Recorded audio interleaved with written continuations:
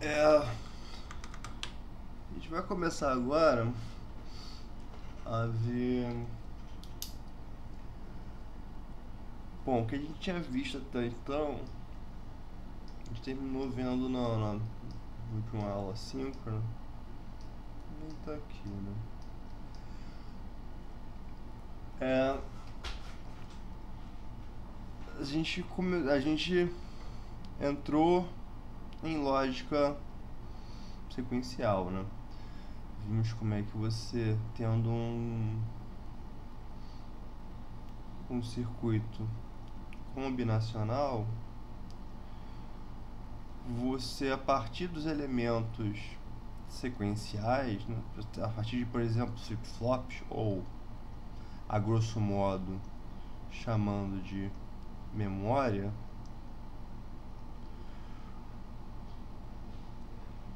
introduzindo os elementos de memória é, junto com circuitos combinacionais, você passa a ter os circuitos, ou a lógica, né, sequencial.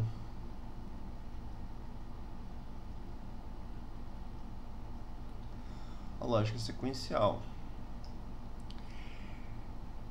Então, é claro que, bom, a gente viu que a base da lógica sequencial é a introdução, primeiro de LET, né? LETs, que são as questões mais simples, e aí a partir depois o LET, você tendo um clock, né, para você ter as variações, para você ter o período, né? Se é isso aqui, você passa a ter você tem os flip-flops, né, que são o que a gente realmente usa para implementar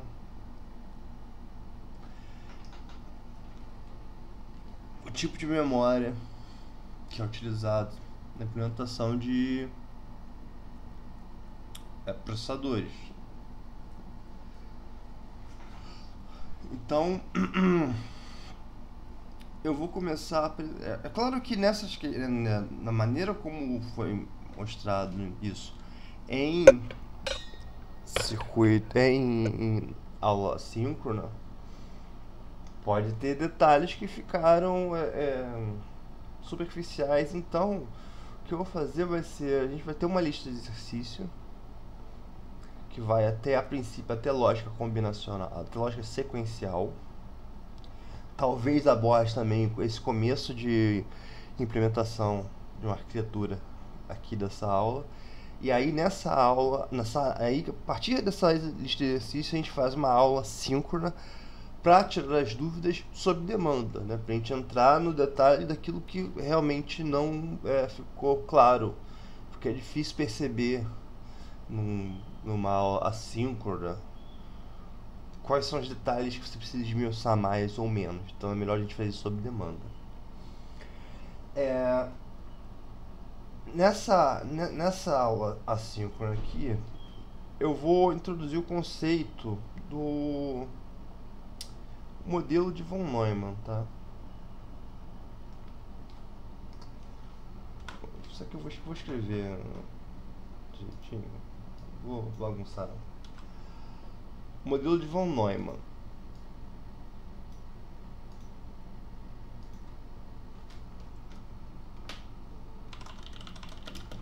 Von Neumann.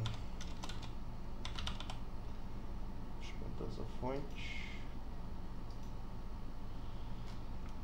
Apenas vou dar um zoom aqui.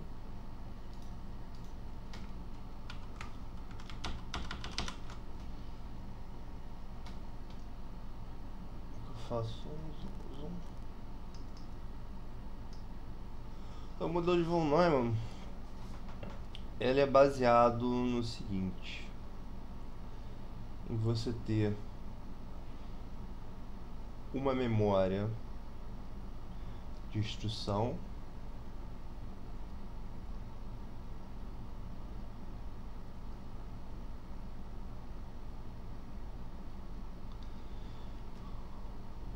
Você tem a CPU.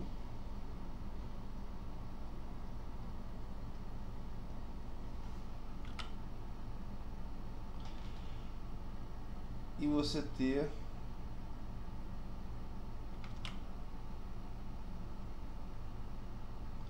uma memória de dados, tá?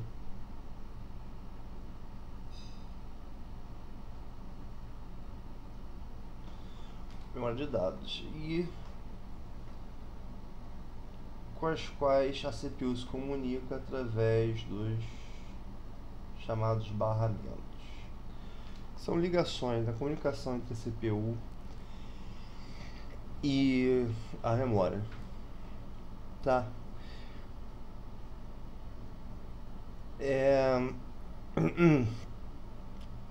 A princípio eu vou abstrair que obviamente tem lógica sequencial dentro da CPU, tá? Você tem os registradores, a gente vai ver, mas por conta de simplicidade dessa explicação teórica, vamos desconsiderar isso, para a gente pensar só no modelo matemático de von Neumann, tá? Então, qual é a ideia? A ideia é que eu vou ter a minha memória de instruções tem com a minha CPU é um circuito de lógica combinacional, tá? Isso não é verdade. Como a gente vai ver, a CPU tem lógica sequencial também, tá? Mas vamos fingir que não tem. O que é viável, tá? Também você tem simplesmente uma lógica, se pensar simplesmente uma lógica combinacional com a CPU. Vamos desvincular lógica sequencial de lógica combinacional aqui para entender o modelo de von Neumann. Então, dentro desse circuito combinacional, que seria aqui o chip da CPU, né, a unidade de processamento, você tem, por exemplo, um componente uma parte, né, desse circuito que faz uma soma de dois números. E aí, como é que vai funcionar? Bom, eu vou ter um programa. A ideia eu tenho um programa que fica nas posições. Digamos, eu tenho várias linhas aqui na memória, tá? Digamos que a memória é separada por endereços, tá? Várias linhas.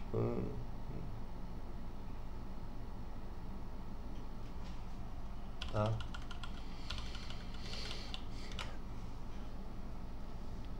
E aí eu através de endereçamento eu consigo acessar determinados bytes da memória. Esses bytes vão conter a instrução. E a instrução é o que? A instrução diz que componentes desse circuito combinacional vão estar ativos e quais vão ser os dados de entrada dele e para onde irão os dados de saída, ou seja, resultado, tá?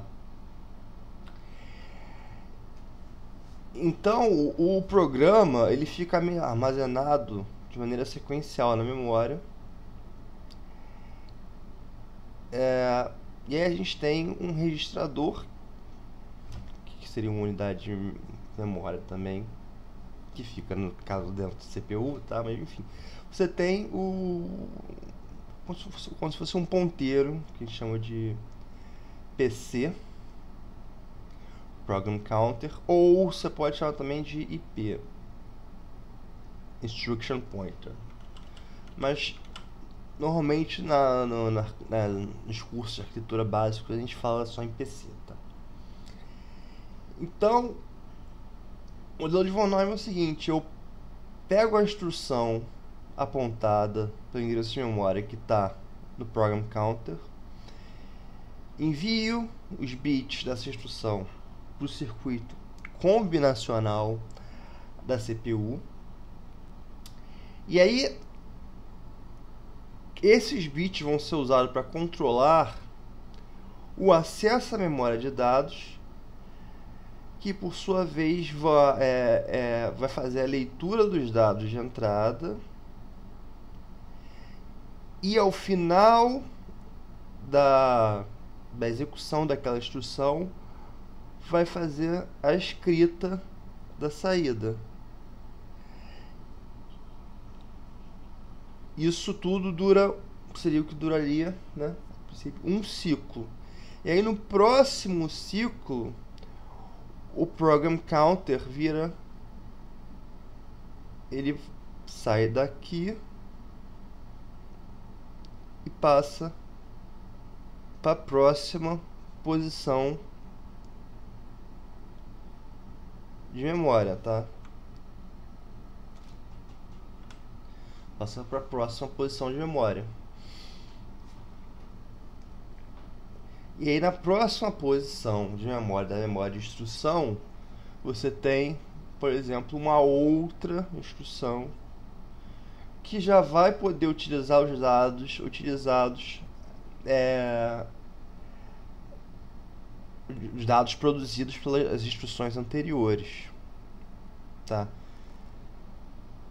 Então, se você tem um programa que faz, por exemplo, você tem um programa que faz, o seu programa é soma, se o programa for soma x y, vou guardar vou escrever em texto.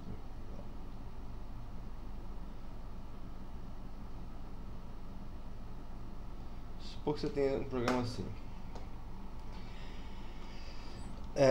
Seu programa seria z igual a x mais y mais w, certo? O que vai acontecer é que isso, quando for compilado, vai gerar instruções, e normalmente vão ser instruções do tipo soma x, soma,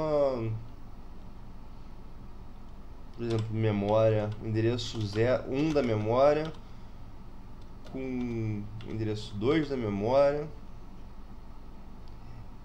e guarda isso no endereço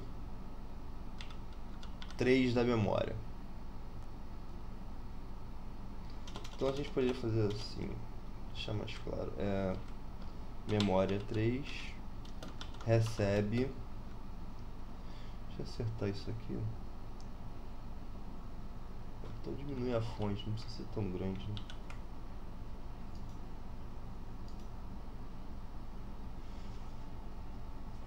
Tá.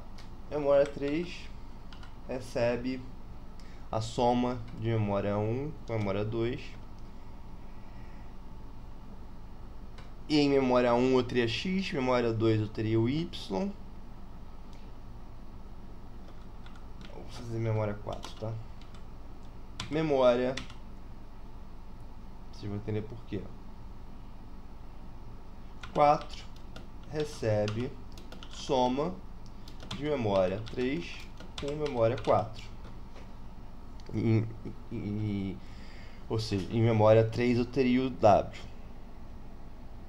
Então ficou claro que aqui eu estou guardando no memória 4, que seria onde vai estar a minha variável z. Isso seria o papel do compilador, tá? Eu teria o meu valor de de Z em memória 4 no final dessas contas. Então, para fazer isso, o que vai acontecer vai ser o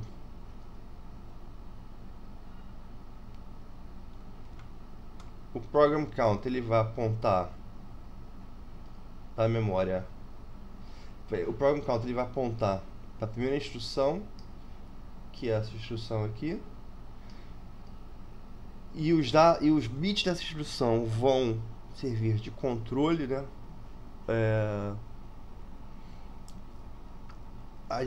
O que eu falo por controle é basicamente selecionar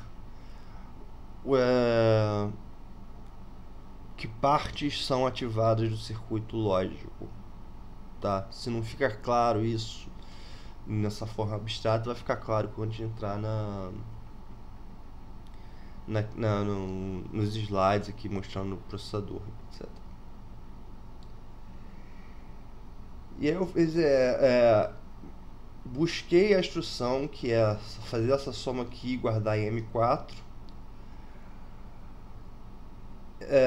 A CPU busca, né, de acordo com as orientações dadas da memória.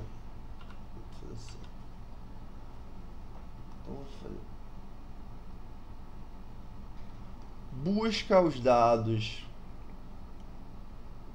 de memória 1 e memória 2, faz a soma, escreve em memória 2 e aí no próximo ciclo o program counter vai estar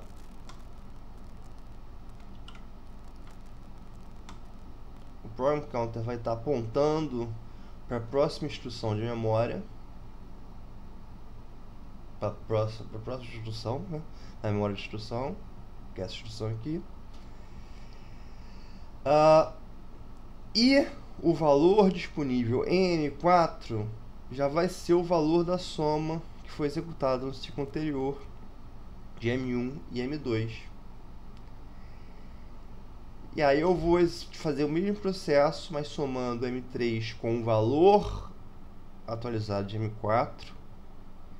E aí no próximo ciclo, no terceiro ciclo, o valor de M4 vai ser o valor da soma de x mais y mais z. Tá? Com isso a gente entende como é que a gente executa um programa que tem simplesmente uma sequência de operações. O que falta para a gente entender o básico do modelo de von Neumann? É como é que eu implemento, por exemplo, um if. Se eu tiver aqui, por exemplo, se eu tiver aqui um if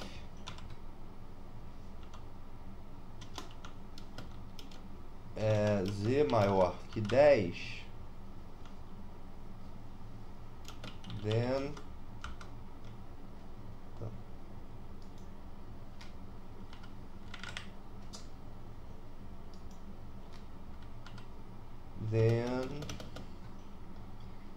z igual a 0. Por exemplo, isso. Else. Não, vou fazer uma coisa mais simples aqui. K igual a 0, else K igual a 1.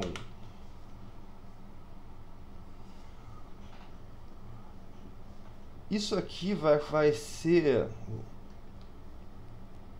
requerer que a gente introduza o if, né? E a gente vai ver que também o loop, por exemplo, requer que a gente introduza os conceitos de desvio. No caso, if desvio condicional.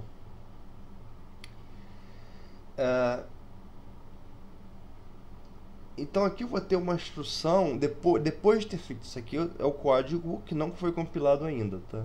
Mas aí eu vou ter instruções, isso aqui vai ser traduzido em instruções que vão ser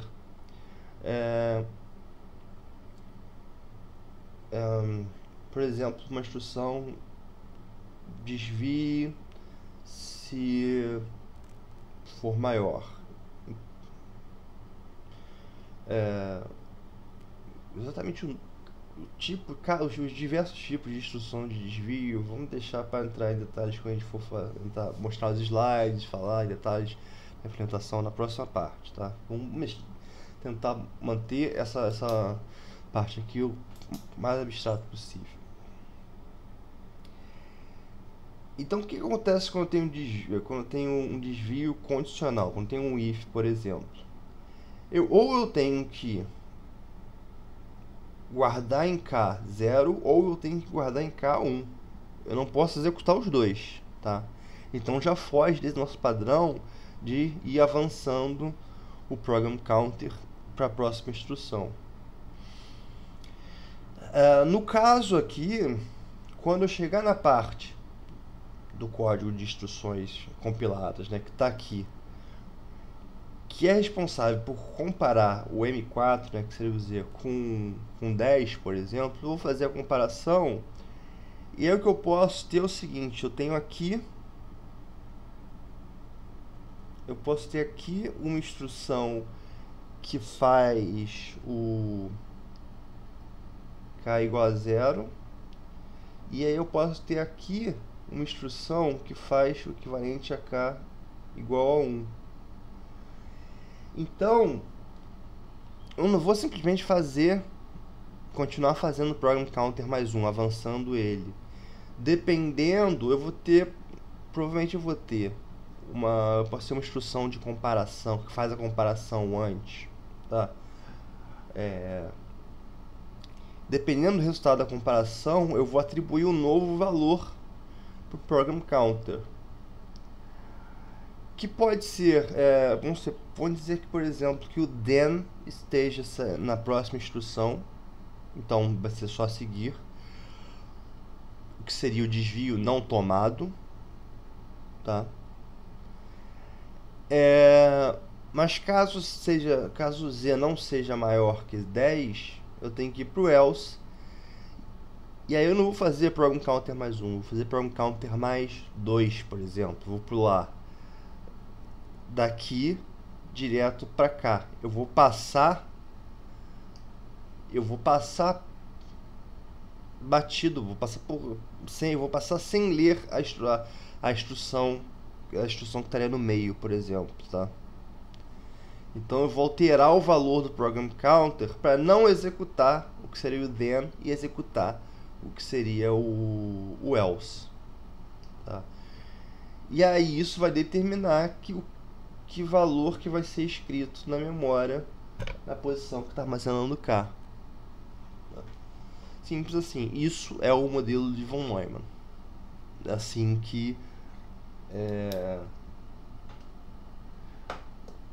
a computação começou, seguindo esse modelo que a computação começou, é assim que os processadores foram exclusivamente por muito tempo. É assim que a gente que até hoje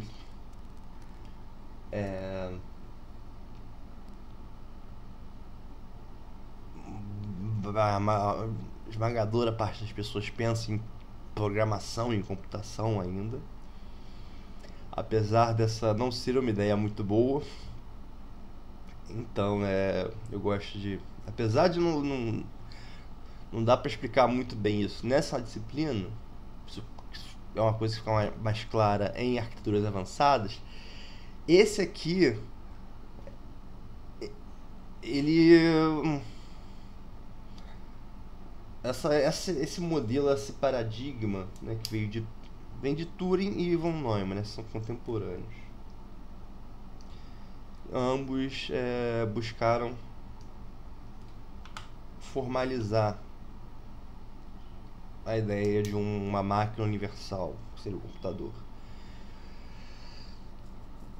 Partirmos de uma ideia que no fim das contas mais pra frente foi atrapalhando a gente, e é uma ideia da qual a gente se afasta aos poucos, mas para essa disciplina é isso que você precisa entender. como conceito, esse é o conceito, né? Você tem o Program Counter apontando a instrução que vai ser executada, você tem a memória de dados, que é onde você vai escrever os dados produzidos e ler os dados para continuar seu programa. E aí quando você tem um fluxo de controle, né, por exemplo um if, você tem opções do que você deve executar e o que você não deve executar, você vai manipular o valor do Program Counter, ou seja, vai manipular esse ponteiro que diz qual é a instrução que deve ser executada. No caso aqui do nosso exemplo, se eu tenho que executar k igual a 0 ou k igual a 1. Tá?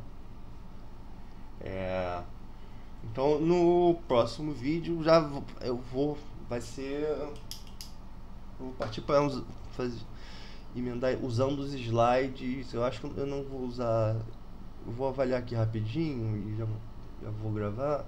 Mas eu acho que eu não vou usar os slides que estão lá no site, não. Eu vou tentar começar usando os slides do colega professor Leandro Santiago, da UF, tá? Ex-aluno da UERJ, que agora é professor da UF. Que ele da arquitetura lá, eu gostei dos slides dele, ele me autorizou a usar.